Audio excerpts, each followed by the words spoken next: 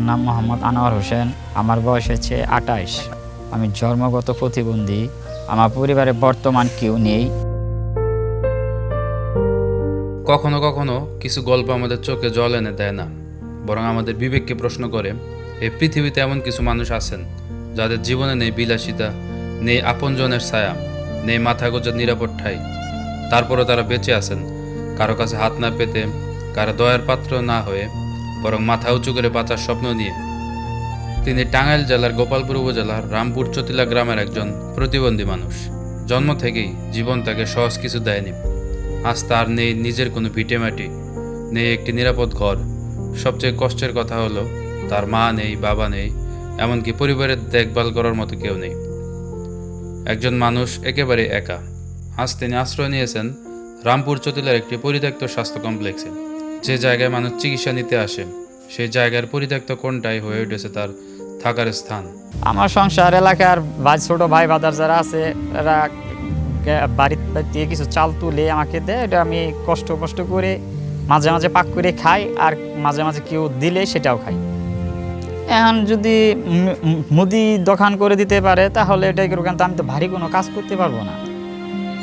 সেজন্য যদি কেউ যদি চায় আমাকে এরকম একটা করে দিয়ে যদি করে দিতে পারে, তাহলে কোনো মতে করে নিজের সংসার নিজে চালাতে পারবো।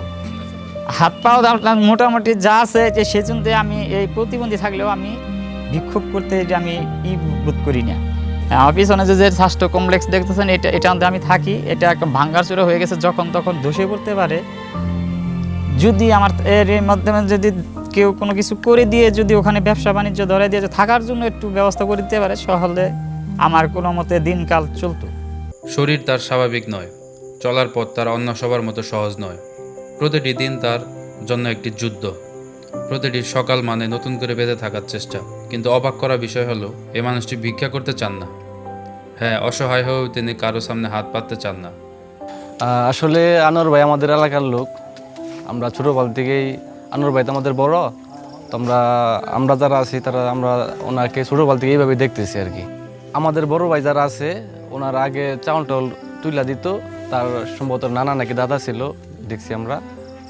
উনি পাকাইতো। এখন তার মেয়ের বাসায় চলে গেছে। তো এখন বলতে আমরা বা যারা আছি, এরা যেমন আমি একদিন আমার বাড়ির থেকে বা আরেকজনের বাড়ির থেকে এরকম করে আর কি ওনার চলতেছে। যদি কেউ না দেয় তাহলে হয়তো ওনার ওই বেলাটা না খেয়ে থাকতে হয়। ওনাকে এইভাবে অনেক অফার দেওয়া হয়েছিল যে তুমি গোপালপুর বা এরকম বাস স্ট্যান্ড মোড় আছে, তো অনেকে তো এইভাবে চলে, তো তুমি এইভাবে চলো।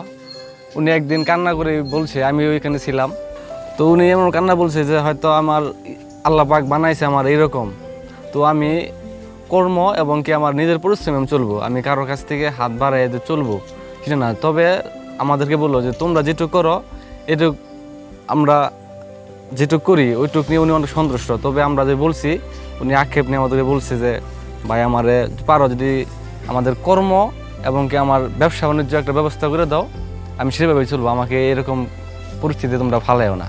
মানুষ মানুষের জন্য, জীবনের জন্য। আর মানবতা তখনই পূর্ণতা পায় যখন আমরা অসহায় কাউকে করুণা নয়, সমানের সঙ্গে বাঁচার সুযোগ করে দেই।